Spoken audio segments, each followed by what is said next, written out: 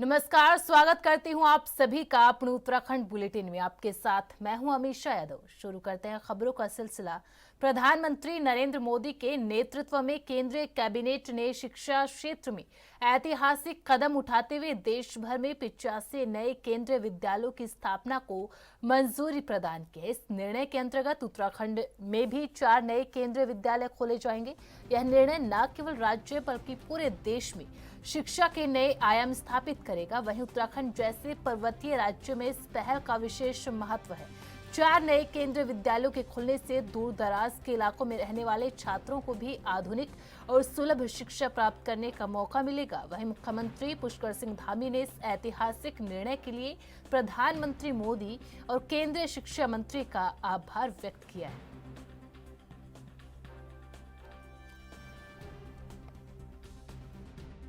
बहुत महत्वपूर्ण है और मैं आदरणीय प्रधानमंत्री जी का, आदरणीय शिक्षा मंत्री जी का धन्यवाद करता हूँ कि हमारे यहाँ 4 केंद्रीय विद्यालयों को मंजूरी दी है, क्योंकि शिक्षा हमारी लिए बहुत प्राथमिकता है। राज्य के अंदर शिक्षा और चिकित्सा 2 ऐसे विषय हैं जो हर एक व्यक्ति को मिलने चाहिए और हर एक के लिए जरूरी है।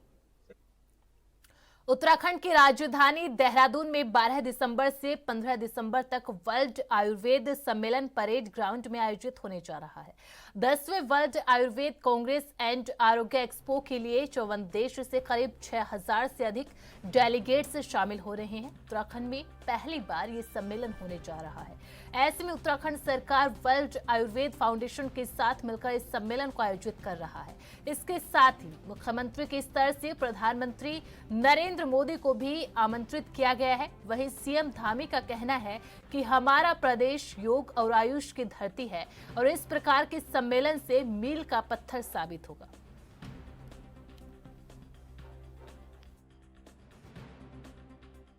देखिए, हमारा प्रदेश योग और आयुष की धरती है और यहाँ पर इस प्रकार का सम्मेलन निश्चित रूप से राज्य के साथ साथ पूरे आयुष पर विश्वास करने वाले, आयुष को हम लोगों ने देखा है कोरोना महामारी के समय में किस प्रकार से वो हम सब लोगों के लिए कारगर साबित हुआ है। एक मील का पत्थर यहाँ का ये सम्मेलन होगा, निश्चित रूप से एक बड़ा मंथन यहाँ पर होगा। उस मंथन से जो अमृत निकलेगा वो सभी के लिए एक अमृत। प्रदेश में निकाय चुनाव को लेकर लगातार तैयारियां चल रही है। इसको लेकर कैबिनेट मंत्री सौरभ बहुगुणा ने पूरे तरीके से तैयार होने की बात कही। उन्होंने कहा सरकार की अपनी तरफ से तैयारियां पूर्ण है। चुनाव को लेकर मामला कोर्ट में है और जैसे ही कोर्ट से इस विषय को लेकर हरी झंडी मिलेगी, सरकार चुनाव कराती हुई नजर आएगी।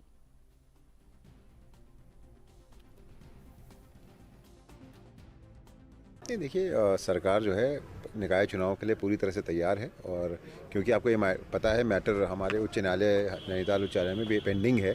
कोर्ट के भी डायरेक्शंस आए हैं चुनाव के लिए, तो सरकार की पूर्ण तैयारियां हो चुकी हैं और मुझे लगता है बहुत जल्द इसका नोटिफिकेशन जारी होगा और हम उत्तराखंड जो है वो निकाय चुनाव में जाने वाला है। दून वासियों को जल्द सहारनपुर रोड पर लगने वाले भीषण जाम से राहत मिलने वाली है। राज्य के शहरी विकास मंत्री डॉक्टर प्रेमचंद अग्रवाल ने बताया, देहरादून के ब्राह्मणवाला में नए आढ़त बाजार के निर्माण कार्य तेज गति से जारी है। नए आढ़त बाजार में 570 वाहनों की पार्किंग की व्यवस्था की जा रही है। करीब 126 करोड़ की लागत से नए आढ़त बाजार का निर्माण किया जा रहा है। बहुत जल्द इसकी शिफ्टिंग का कार्य शुरू किया जाएगा। साथ ही कहा कि आढ़त बाजार में 570 वाहनों के लिए 5 मंजिला पार्किंग के अलावा दोनों तरफ सड़क निर्माण, ओवरहेड टैंक निर्माण, सार्वजनिक शौचालयों का निर्माण कार्य गतिमान है।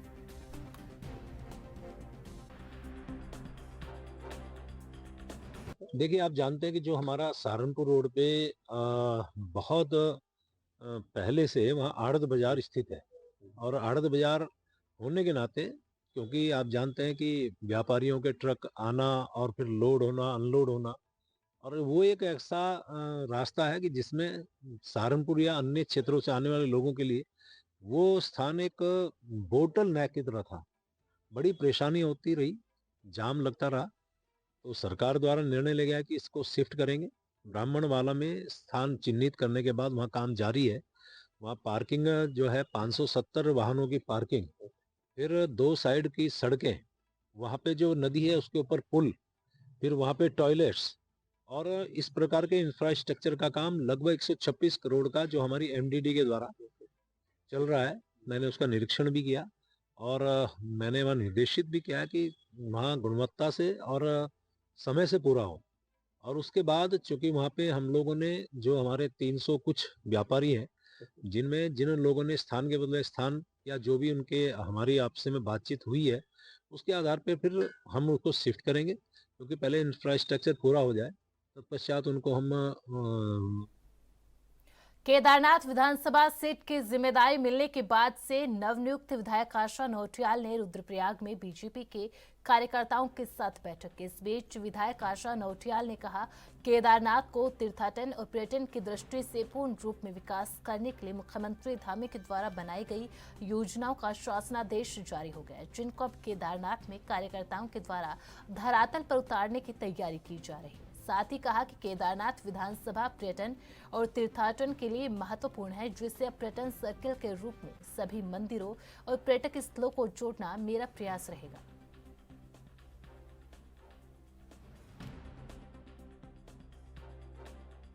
करती हूँ और अभी यहाँ पर हमने अपने केदारनाथ विधानसभा के लिए बहुत सारी योजनाएं जो माननीय मुख्यमंत्री जी के द्वारा घोषणा की गई और उनके शासनादेश निकाले जा चुके हैं, उन योजनाओं को धरातल पर उतारने के लिए सभी कार्यकर्ताओं के सहयोग से मेरा प्रयास रहेगा।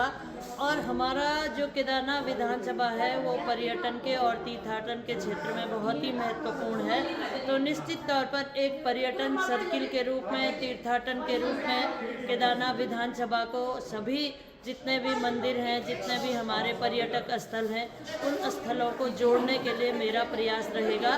चाहे वो कार्तिक स्वामी है, मुनि महाराज जी का मंदिर है, सिल्ला साणेश्वर का मंदिर है, हमारे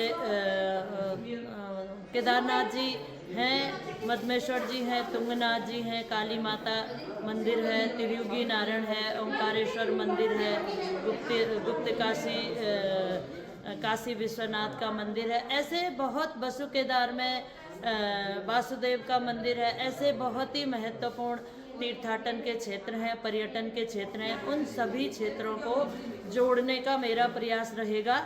और आने वाले समय में बहुत ज़्यादा अधिक संख्या में लोग यहाँ आए, देखें। हमारे हर आंगन में पांडव नृत्य होते हैं, नाग नृत्य होते हैं, बगडवाल नृत्य होते हैं और आछरी का नृत्य भी होता है।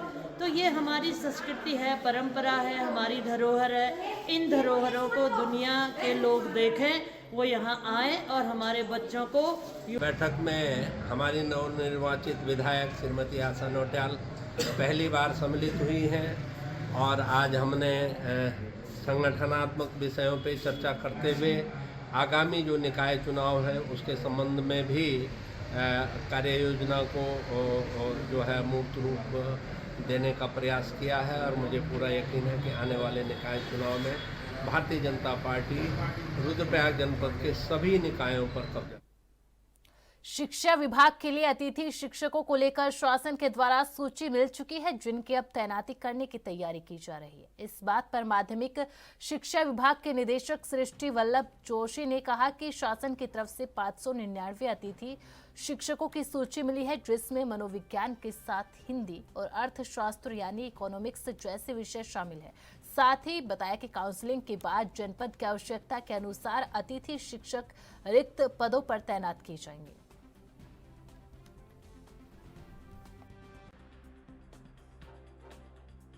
हमें शासन से जो हमने मांग की थी 599 अतिथि शिक्षकों की तैनाती की जानी है। वो मुख्य तौर से मानविकी के विषय हैं, हिंदी, अर्थशास्त्र आदि विषयों में उनकी तैनाती की जाएगी। जनपद की आवश्यकता के अनुसार गेस्ट टीचर्स की काउंसलिंग की जाएगी और जहां भी रिक्त पद। आगामी निकाय चुनाव की तैयारियों को परखने पहुंचे बीजेपी के राष्ट्रीय महामंत्री बीएल संतोष ने बीजेपी पदाधिकारियों और कार्यकर्ताओं के साथ बैठक की। आपको बता दें, उत्तराखंड में निकाय चुनाव होने वाले हैं, जिसको देखते हुए बीजेपी ने कमर कस ली है और चुनाव के मद्देनजर बैठकों का दौर भी जारी है। इसी के तहत बिल संतोष ने बीजेपी प्रदेश कार्यालय में बैठक ली। बैठक को लेकर बीजेपी के प्रदेश महामंत्री आदित्य कोठारी का कहना है कि बीजेपी हर चुनाव में बैठकें करती है और चुनाव में कैसे काम किए जाए उस पर चर्चा की जाती है।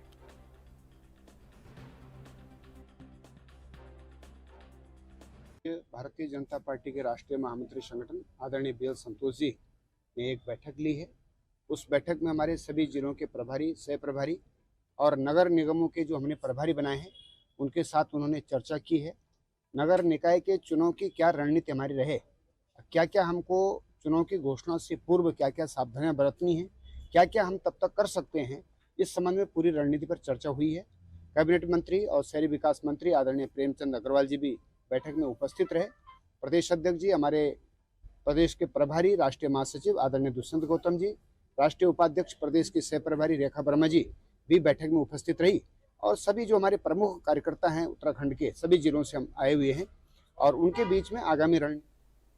प्रधानमंत्री नरेंद्र मोदी के नेतृत्व में केंद्रीय कैबिनेट ने शिक्षा क्षेत्र में ऐतिहासिक कदम उठाते हुए देश भर में 85 नए केंद्रीय विद्यालयों की स्थापना को मंजूरी प्रदान की। इस निर्णय के अंतर्गत उत्तराखंड में भी 4 नए केंद्रीय विद्यालय खोले जाएंगे। यह निर्णय न केवल राज्य बल्कि पूरे देश में शिक्षा के नए आयाम स्थापित करेगा। वहीं बीजेपी प्रदेश प्रवक्ता कमलेश रमन ने प्रधानमंत्री मोदी का धन्यवाद करते हुए कहा कि खुशी की बात है कि 85 नए केंद्रीय विद्यालयों में से 4 केंद्रीय विद्यालय उत्तराखंड को मिले हैं।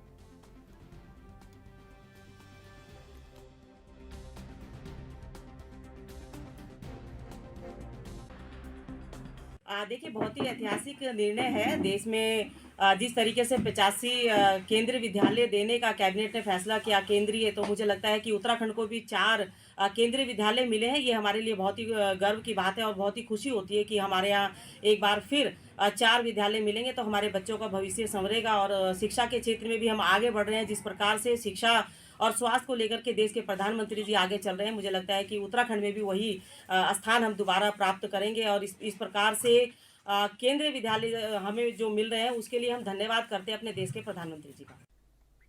70 विधानसभा वाले उत्तराखंड राज्य में 101 विधानसभा सीट बनाए जाने की मांग बीजेपी विधायक के द्वारा उठाई गई। 9 नवंबर 2000 में उत्तराखंड राज्य बनने के बाद एक बड़ी मांग उत्तराखंड में उठी है। टिहरी विधानसभा से बीजेपी विधायक किशोर उपाध्याय के द्वारा उत्तराखंड में 101 विधानसभा सीट और 11 लोकसभा सीट की जाने की मांग की गई है।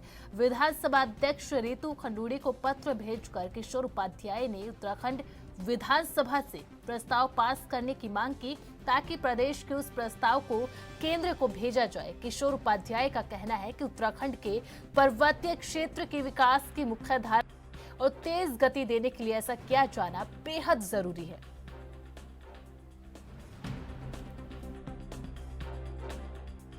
तो ज्वलंत हमारे समस्याएं हैं, मुद्दे हैं, जिसमें सबसे बड़ा मुद्दा नहीं तो जो राज्य की अवधारणा है वो ख़त्म हो जाती है।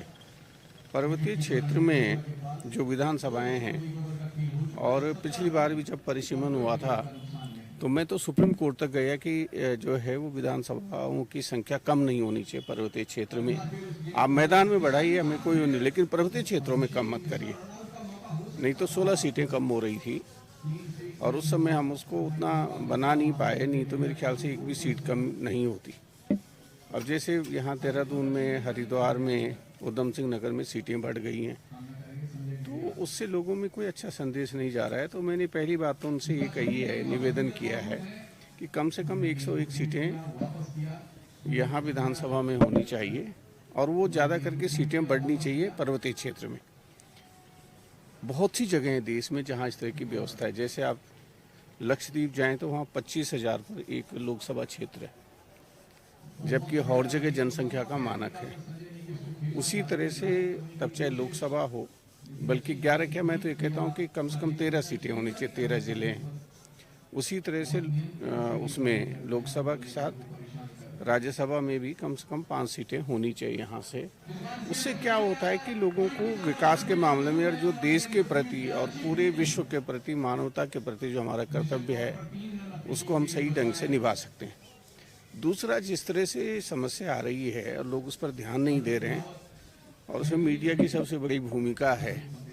आपका लगभग जो है 15-16 मीटर हर साल ग्लेशियर हमारा गोमुख पीछे खिंच। किस तरीके से देख रही हैं? देखिए, बिल्कुल मुझे लगता है कि जहाँ जहाँ पे विधानसभाएं, कुछ विधानसभाएं ऐसी हैं प्रदेश में जो बहुत बड़ी हैं, और ये बात कांग्रेस पार्टी भी बोलती आ रही है कि जब परिसीमन होगा, परिसीमन के बाद अगर उन विधानसभाओं को आप छोटी विधानसभाओं में बांटने का कार्य करेंगी तो बिल्कुल जब जो है जनसंख्या कम होगी उस क्षेत्र की और एरिया भी कम होगा, तो मुझे लगता है विकास कार्यों में बिल्कुल गति आती है। और यही बात अगर याद हो तो इसी परिप्रेक्ष्य में बात एक बार हरीश रावत जी ने भी बोली थी, जब उन्होंने कहा था कि इस प्रदेश में भी विधान परिषद का गठन होना चाहिए, क्योंकि जब एक तरफ विधान परिषद का भी गठन होता है तो वहां पर भी ऐसे लोग पहुंचते हैं जो अपनी क्षेत्र में माहिर होते हैं, उससे भी जो विकास कार्य है उनको गति मिलती है। तो अगर विकास कार्यों की चिंता भारतीय जनता पार्टी के विधायक कर रहे हैं तो सबसे ये तो मुझे लगता है कि इस प्रदेश की जनता के लिए बहुत खुशी की बात है कि चलिए किसी भी तरीके से कान इधर से ना पकड़ के उधर से पकड़ने का प्रयास कर रहे हैं कि 101 होगी तो विकास कार्य बढ़ेंगे, तो मुझे लगता है फिर 101 हो जानी चाहिए। बुलेटिन में वक्त है एक छोटे से ब्रेक का, जल्द हाजिर होंगे।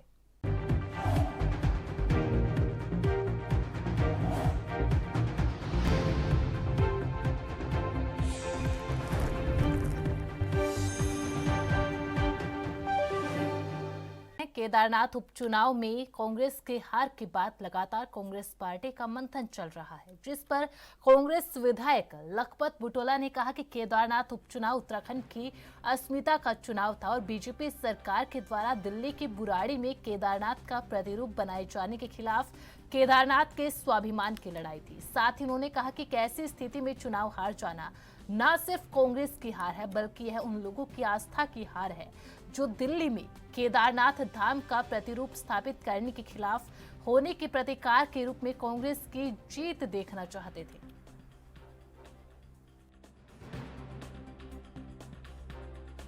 देखिए, केदारनाथ का जो उपचुनाव था वो उपचुनाव मुझे लगता है कि हम लोगों की जो उत्तराखंड की अस्मिता का चुनाव था। हम केदारखंड की उस पवित्र भूमि में रहते जहाँ पंच केदार पंच बद्री हैं, जहाँ 18 पुराण लिखे गए, श्रीमद् भागवत लिखी गई, महाभारत लिखी गई, ऐसी पवित्र भूमि में और उत्तर भारत का इकलौता जो ज्योतिर्लिंग है उसको जो दिल्ली शिफ्ट करने की बात की जा रही थी, उसको लेके हमें लगता है कि वहाँ के लोग जो केदारनाथ की बात थी और गढ़वाल की बात थी, उत्तराखंड की बात थी, उसके स्वाभिमान की लड़ाई थी। और ये केवल कांग्रेस की लड़ाई नहीं, कांग्रेस की अस्मिता की लड़ाई नहीं, ये पूरे केदारखंड के जो सनातन संस्कृति को मानते हैं, जो उत्तराखंड के केदारखंड की भूमि पे जिनको भरोसा है, जो आस्था रखते हैं और आस्था से आराध्य मिलते हैं। और हमारा आराध्य केदारखंड है, केदार भगवान है, बाबा है। तो ऐसी स्थिति में चुनाव हार जाना ये केवल कांग्रेस की हार नहीं है, ये मुझे लगता है कि उन तमाम आस्था लोगों की हार है जो चाहते थे कि केदारखंड का जो अस्मिता को दिल्ली ले जाने की बात की जा रही है, हमारे आस्था पे जो चोट की गई है उसके प्रतिकार के रूप में जो हम चाहते थे वहाँ पे प्रतिकार के रूप में कांग्रेस का जो कैंडिडेट था वो तो केवल निमित्त मात्र था। उस प्रतिकार के रूप में लोग कांग्रेस को जिताएंगे, लेकिन मुझे लगता है कि न जीतना ये दुर्भाग्यपूर्ण रहा है। वहाँ पे लगता था कि लोगों को आक्रोश है, विरोध है, लोग चाहते हैं कि बाबा केदार के साथ जो छेड़खानी की जा रही है वो बर्दाश्त नहीं होनी चाहिए। लेकिन लोकतंत्र में क्योंकि जीत को ही सर्वोपरि माना गया है और जो जीते उनको बधाई है, लेकिन मुझे लगता है कि हम समझते हैं कि ये केदारनाथ प्रदेश सरकार ने इस साल खनन से भले ही 875 करोड़ रुपए कमाई का लक्ष्य रखा हो, लेकिन कांग्रेस के प्रदेश प्रवक्ता गिरिराज किशोर हिंदवान ने सरकार पर आरोप लगाते हुए कहा, जीएसटी के बाद शराब और खनन कारोबार प्रदेश सरकार की कमाई के दो बड़े स्रोत हैं, मगर पिछले कई वर्षों से ये दोनों ही क्षेत्रों को शराब की तस्करी और अवैध खनन ने हर साल तय होने वाले लक्ष्य को पूरा होने से रोका। अवैध शराब और खनन में चोरी रोकने के लिए मजबूत कवच बनाने के दावे भी फिलहाल हवाई साबित हो रहे हैं। कांग्रेस का दावा है कि अवैध खनन, इसके भंडारण और परिवहन की अवैध गतिविधियों पर पूरी सख्ती के साथ पाबंदी लग जाए तो सरकार साल में 1500 करोड़ रुपए तक कमा सकती है। देखिए, 7 वर्षों से शासित है भाजपा। इन 7 वर्षों में चाहे अवैध शराब माफिया हों, चाहे अवैध खनन माफिया हों, निश्चित रूप से अगर ये पोषित हो रहे हैं, अगर इनको संरक्षण प्राप्त है तो सरकार का संरक्षण प्राप्त है। इनके समस्त मंत्रीगण, विधायकगण, समूची सरकार निश्चित रूप से इस पूरे माफिया तंत्र को पोषित किए हुए है। आज अगर ये माहौल, एक अराजकता का माहौल प्रदेश में है, निश्चित रूप से कहीं ना कहीं मूल में अगर आप जाते हैं तो राजस्व की हानि भी होती है। एक इनकम ऑफ सोर्स जो है, इसको माना जाता है सरकार का, आज जो स्थितियां बना रखी हैं, आज माहौल जो है, इन 7 वर्षों में प्रदेश पर्वतीय क्षेत्र को अगर हम लेते हैं, जो अवधारणा थी उत्तराखंड लेने के पीछे, वो निश्चित रूप से थी कि आखिरी पायदान का जो ग्रामीण है उस तक मूलभूत सुविधाएं पहुंचे, निश्चित रूप से उसको अच्छी हेल्थ फैसिलिटीज मिले, उसको अच्छी, उसके बच्चे को एजुकेशन मिले। आज पूरी तरह से विकास शून्य की स्थिति में पर्वतीय क्षेत्र है। वो आखिरी पायदान का जो ग्रामीण है जिसकी मैं बात कर रहा हूँ, जिक्र कर रहा हूँ, निश्चित रूप से बेरोजगारी चरम पे है, सड़कों पे युवा है। आज जो माहौल है, लॉ एंड ऑर्डर ध्वस्त है पूरी तरह से, डकैतियाँ, चोरियाँ दिन दहाड़े हो रही हैं, चोरों का, डाकुओं का कोई अता पता नहीं है। आज इन 7 वर्षों में आप स्वयं सोचिए, महिला अपराध के क्षेत्र में, ये तो एनसीआरबी की रिपोर्ट है, ये तो हम भी नहीं कह रहे, निश्चित रूप से आज जो स्थितियां हैं, आज पहले पायदान पे महिला अपराध के क्षेत्र में भाजपा लेके आ गई है, प्रदेश को जननी बन चुका है महिला अपराध के क्षेत्र में। बलात्कार में लगभग जितने बलात्कार हुए हैं उसमें भाजपा के लोग शामिल हैं। बुलेटिन में फिलहाल इतना ही। आप बने रहे एएनबी न्यूज के साथ। नमस्कार।